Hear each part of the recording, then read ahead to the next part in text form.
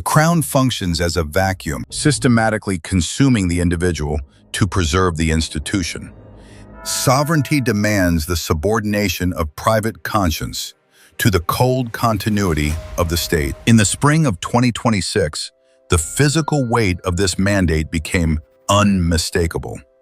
While the geopolitical sphere fractured under the weight of nationalist rhetoric and mounting tensions in the Middle East, Charles III navigated the diplomatic impasse with practiced detachment.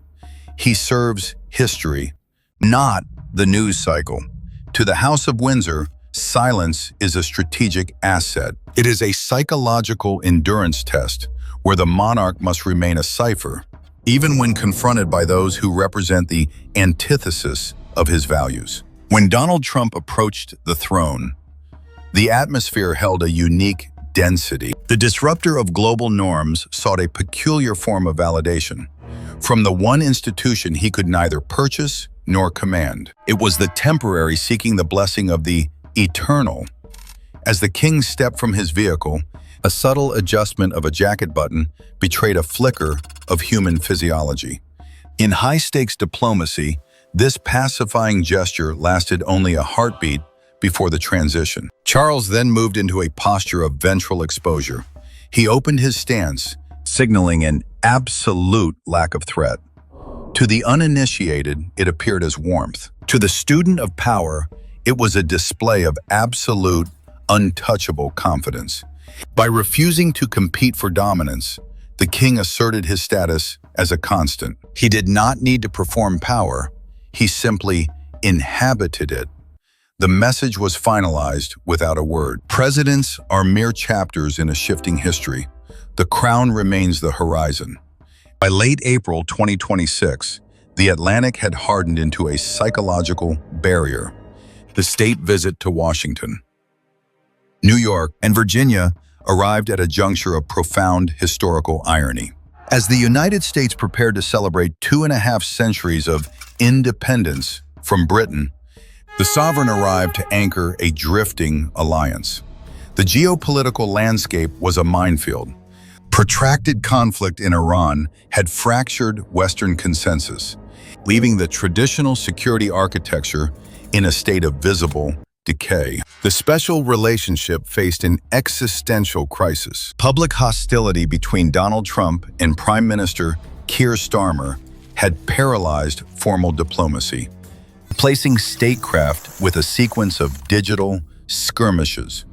Into this volatility, the king brought the only currency the British state possesses in absolute reserve: the gravity of permanence. The itinerary was not a celebration of the past. It was a strategic deployment of the monarchy to insulate long-term national interests from the erratic impulses of the present. Atmospheric pressure reached its terminal point during the White House Correspondents' Dinner. The assassination attempt on Donald Trump acted as a kinetic rupture, stripping away the final illusions of political stability. The visit was no longer a diplomatic exercise. It became an exercise in institutional resilience. When the foundations of a republic tremble, a 1,000-year-old institution provides a psychological anchor. Charles did not travel to mediate the hostilities between a president and a prime minister. He arrived to demonstrate that while political mandates are ephemeral, the continuity of the state is absolute. The king ascended the rostrum to address a joint session of the United States Congress. This was the first time the sovereign had occupied this specific geography of power since 1991. 35 years prior, his mother stood before a world celebrating the finality of the Cold War. In 2026, Charles faced an audience witnessing the disintegration of that very order. The address functioned as a surgical recalibration of the Atlantic Alliance. In a room fueled by legislative theater and the high-frequency vibrations of the news cycle, the king utilized the most potent weapon in the royal arsenal, the controlled pause. He did not compete for the oxygen of the chamber. He waited for it to be surrendered. This mastery of tempo extended to the private quarters of the White House. The American executive operates through kinetic disruption, forcing counterparts into a state of constant reaction. The king reversed this polarity. By maintaining a rhythmic, disciplined silence, he created a psychological vacuum. In the cold calculus of sovereignty, the individual most comfortable with stillness holds the initiative. Faced with an unshakable composure, the president was compelled to fill the aesthetic gaps, inadvertently yielding control of the narrative pace. It was a clinical demonstration of nonverbal authority. The visit served as a symbolic restoration. It reminded the gathered legislators that while political mandates are built on the shifting sands of the popular vote, the architecture of Western stability requires a pillar that remains immobile. The crown does not argue for its relevance. It simply exists. The House of Windsor operates as a silent reservoir, absorbing the shocks of the present into the deep architecture of the past. It is the art of the necessary reconciliation.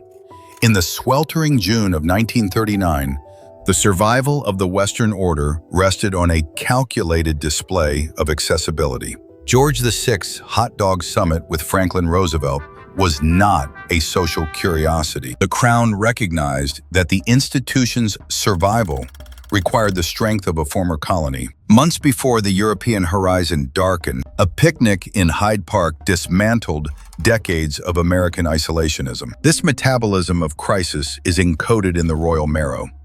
In June 1785, George III stood before John Adams, the representative of a rebellion that had successfully severed his empire. The encounter was a study in psychological asymmetry. The king did not retreat into bitterness. He acknowledged the fracture with a disciplined grace. By welcoming Adams as the envoy of an independent power, the monarch presided over the birth of the special relationship. This is the ancestral blueprint Charles III now inhabits. The sovereign does not view a turbulent presidency through the lens of modern ideology.